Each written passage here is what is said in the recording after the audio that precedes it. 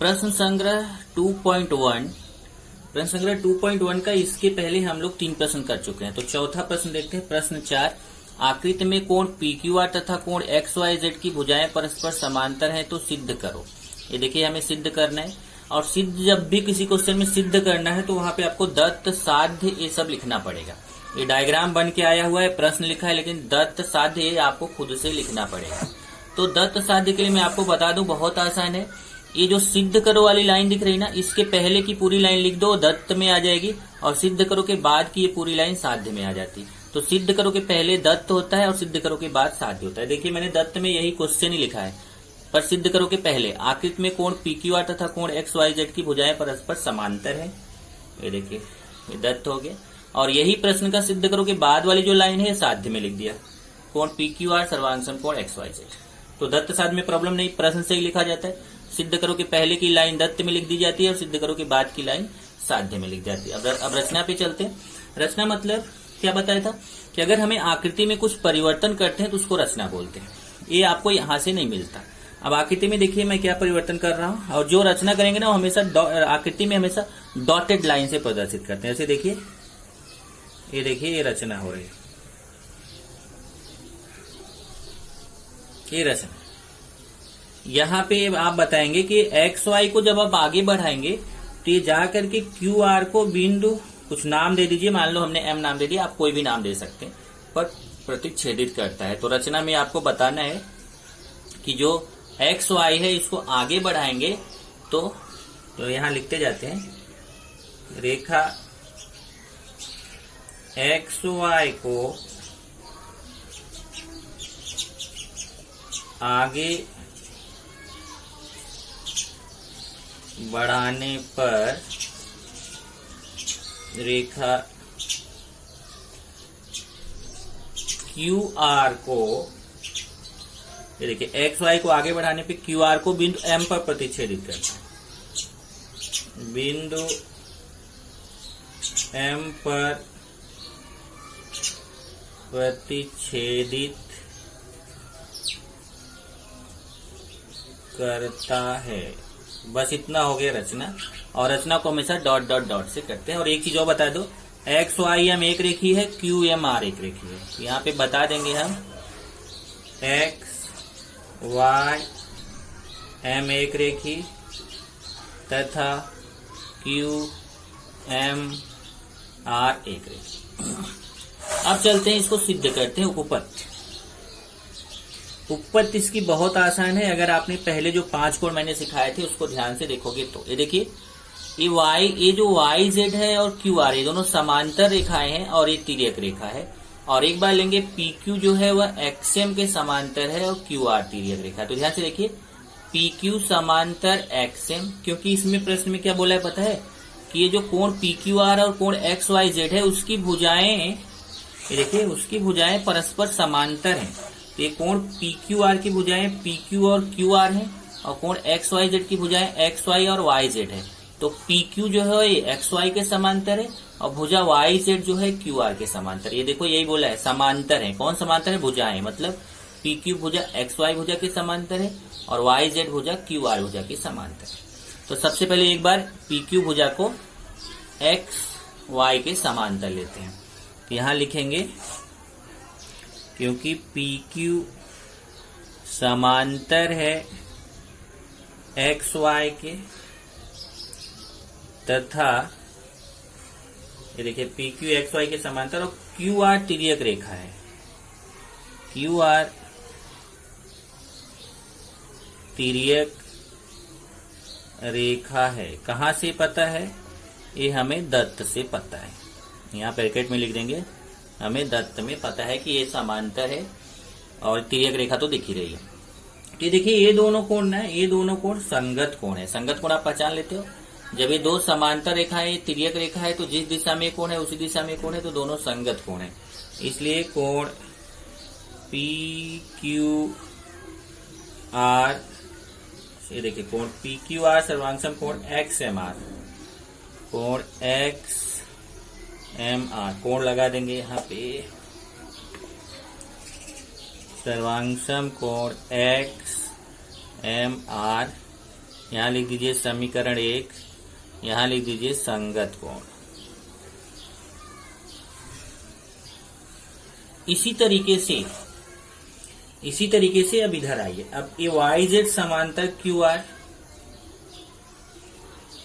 इसी प्रकार YZ समांतर है QR के, तथा देखिए YZ QR के समांतर, और XY तिर्यक रेखा या XM तिर्यक रेखा है, XM तिर्यक रेखा है। यहां लिख दीजिए दत्त से। अब ध्यान से देखिएगा, अभी ये दोनों समांतर हैं और ये तिर्यक रेखा है। कौन? XM तिर्यक रेखा है। YZ QR के समांतर एक तिर्यक रेखा। तो ये देखिए ये दोनों कोण संगत कोण है, क्योंकि जिस दिशा में कोण है उसी दिशा में ये दोनों संगत कोण है। तो कोण XYZ सर्वांगसम कोण XYZ सर्वांगसम XMR समीकरण 2, यहाँ पे भी लिखेंगे संगत कोण। अब समीकरण 1 और 2 को देखिए। समीकरण 1 और 2 को देखेंगे तो देखिए दायां पक्ष दोनों का समान है, XMR के बराबर। जब किसी समीकरण के दाएं पक्ष समान होते हैं, दायां दाएं के बराबर रहता है, तो बायां अपने आप बाएं के बराबर हो जाता है। तो समीकरण 1 तथा 2 से कोण बायां बाएं के बराबर, कोण PQR सर्वांगसम कोण XYZ, यही आपको सिद्ध करना था, यही सिद्ध करना था। देखिए यही सिद्ध करना था, यही साध्य था ना आपका। कोण PQR सर्वांगसम XYZ सिद्ध करना था, तो सिद्ध हो गया कोण PQR सर्वांगसम कोण XYZ। देखते हैं 5वां प्रश्न आपका है, आकृति में रेखा AB समांतर रेखा CD और रेखा PQ तिर्यक रेखा है, तो आकृति में दर्शाई गई मापों के आधार पर निम्नलिखित कोणों के मापे ज्ञात करो। अब देखो इसमें माप ज्ञात करना है, 1 2 3 4, ये 4 कोणों के माप निकालने हैं, जबकि यहाँ पे एक कोण का माप दिया है, कोण BRT, कोण BRT का माप दिया है 105 अंश। बाकी ये 4 कोण हमें निकालना है। तो आप जानते हैं जब कोई चीज ज्ञात करना हो तब हमें दत्त साध लिखने की जरूरत नहीं होती है। तो चलिए एक एक करके हम इसको ज्ञात करेंगे। सबसे पहले लिख लेते हैं क्या पता है। तो दिया है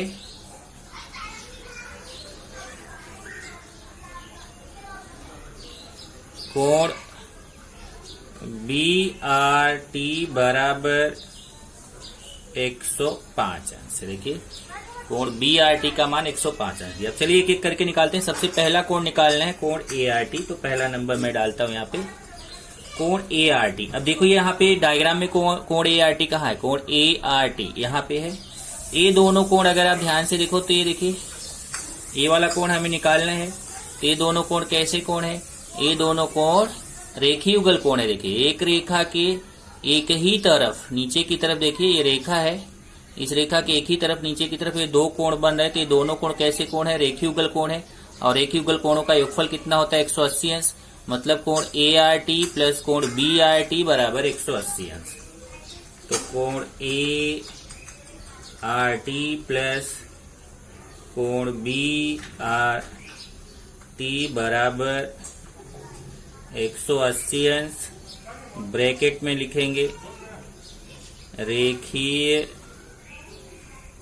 युगल कोण, ये रेखीय युगल कोण हो गया। अब यहाँ पे देखिए जब आपने रेखीय युगल कोण पता कर लिया, रेखीय युगल कोण से आप जानते हैं कि जब ये रेखा के एक ही तरफ 2 कोण बनते हैं तो हम उनको बोलते हैं रेखीय युगल कोण। और रेखीय युगल कोणों का योगफल कितना होता है, 180 अंश। अब चलिए मान रखते हैं। देखिए BRT का मान 105 अंश है, तो BRT को हटा के उसका मान 105 रख दीजिए।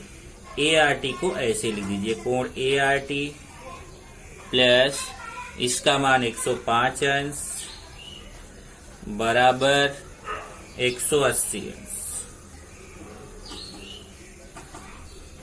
ठीक है, मान रख दिया आपने BRT का। अब ये प्लस से उधर जाके माइनस हो जाएगा, तो कोण ART बराबर 180 अंश, ए प्लस है उधर जाके माइनस 105 अंश। और इस तरीके से आपको 180 में 105 घटाएंगे तो कितना आएगा 75 अंश। माइनस करना आपको आता है तो कोण ART बराबर आ जाएगा 75 अंश। एक मान आपने निकाल लिया। अब चलते हैं दूसरे क्वेश्चन की तरफ। दूसरा हमारा है, अब देखिए ये हमें पता चल गया 75 अंश। मैं यहाँ पे लिख दे रहा हूं। लिखने से क्या रहेगा, आपको निकालने में आसानी होगी। अब कौन सा निकालना है उसको देखते हैं। अब हमें निकालना है CTQ। डायग्राम में देखते हैं कोण CTQ कहाँ है। कोण CTQ मतलब ए वाला कोण निकालना। अब देखिए ये 75 अंश है। जिस दिशा में ये कोण है, कोण ART जिस दिशा में है उसी दिशा में कोण CTQ है। जिस दिशा में कोण ART है उसी दिशा में कोण CTQ है। तो ये दोनों कैसे कोण बोले जाएंगे, संगत कोण। जब ये 75 तो भी कितना हो जाएगा 75। तो ये अब हम निकाल लेंगे कितना आएगा 75। ऐसे जरा ये तीसरा वाला भी डिस्कस कर लेते हैं। देखिए DTQ मतलब यहाँ DTQ ये वाला कोण निकालना है। तो जब ए वाला कोण है तो देखिए ए जिस दिशा में ये कोण है कोण BRT, जिस दिशा में उसी दिशा में कोण DTQ है। ए वाला कोण भी हम निकाल सकते हैं। जब 105 है तो भी कितना होगा 105। कौन सा कोण, संगत कोण। तो देखिए 3 आसानी से निकल गया। ये 75 है तो भी 75 होगा संगत कोण। 105 है तो भी 105 होगा संगत कोण। चलिए दूसरा तीसरा लिख लेते हैं। दूसरा लिखेंगे कोण CTQ सर्वांगसम कोण ART ब्रैकेट में लिखेंगे संगत कोण। इसलिए कोण CTQ बराबर ART का मान देखिए 75 है तो CTQ का मान भी कितना आ जाएगा 75 अंश। चलिए अभी चलते हैं हम नेक्स्ट वाले पे। तीसरा आपको समझा ही दिया। कोण DTQ कैसे निकालेंगे। एक कोण DTQ सर्वांगसम है कोण BRT के। यहाँ पे भी क्या लिखेंगे, संगत कोण। संगत कोण का दिन लग रहा है क्योंकि उसमें पिछले क्वेश्चन में भी दोनों संगत कोण लगे थे, यहाँ 2 और संगत कोण मिल गए। तो कोण DTQ बराबर, अब BRT का मान कितना है देखिए यहाँ से। BRT का मान 105 है तो BRT की जगह 105 रख दिए। और इस तरीके से आपको 105 अंश DTQ का भी मान मिल गया। अब लास्ट चौथा क्या निकालना है देखिए, PRB। अब यहां से देखते हैं कहाँ है PRB। कोण PRB ऊपर चला आया, देखिए ए वाला कोण निकाला। तो यहां से देखिए इस कोण को आप देखिए तो ये दोनों कोण देखिए, जब दो रेखाएं एक दूसरे को प्रतिच्छेदित करती हैं तो आमने सामने के कोणों को शीर्षाभिमुख कोण कहते हैं और शीर्षाभिमुख कोण आपस में सर्वांगसम होते हैं। तो ये 75 है तो ये भी कितना हो जाएगा 75 अंश। तो चौथा आपका हो जाएगा कोण PRB सर्वांगसम कोण ART। यहां लिखेंगे शीर्षाभिमुख कोण।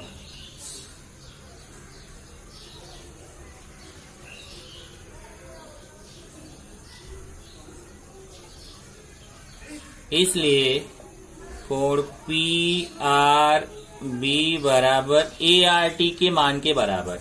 अब ART का मान कितना है 75, तो PRB का मान भी कितना हो जाएगा 75 अंश।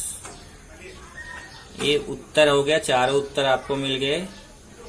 पहला कोण ART कितना है, कितना आया अपने को 75 अंश आया। दूसरा कोण CTQ कितना आया, वो भी 75 अंश आया।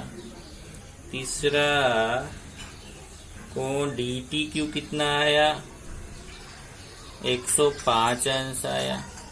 और चौथा आंसर देखिए कोण PRB कितना आया, चौथा आंसर आया 75 अंश, भी 75 अंश आया। ये चारों आंसर आपने निकाल लिया। अब एक चीज मैं आपको यहीं पे लास्ट में बता देता हूं कि जैसे मैंने यहाँ पे जो तरीके से निकाला है 4 तरीका, रेखीय युगल कोण, संगत कोण, शीर्षाभिमुख कोण, आप जरूरी नहीं कि आप इसी से निकालो, इसमें आप बहुत सारे तरीके लगा सकते। कोई स्टूडेंट बोलेगा सर मैं यहाँ रेखीय युगल कोण लगा लूं, कोई यहाँ बोले मैं यहाँ पे जो है एकांतर कोण लगा लूं, कोई यहाँ बोले मैं बाह्य एकांतर कोण लगा लूं, तो बहुत सारे तरीके हैं। तो मैं यही बोलूंगा, अब यहाँ पे कोई ये मत पूछना कि सर मैं ऐसा भी कर सकता हूँ, सर ऐसा भी कर सकता हूँ, क्योंकि इसके बहुत तरीके हैं, फिर हम डिस्कस ही करते रह जाएंगे। हाँ, आप बहुत सारे तरीके से कर सकते हो, आपको सोचना चाहिए कि कौन कौन से तरीके से, लेकिन उसको यहाँ मुझे मत बताओ, नहीं तो अपना टाइम पास हो जाएगा।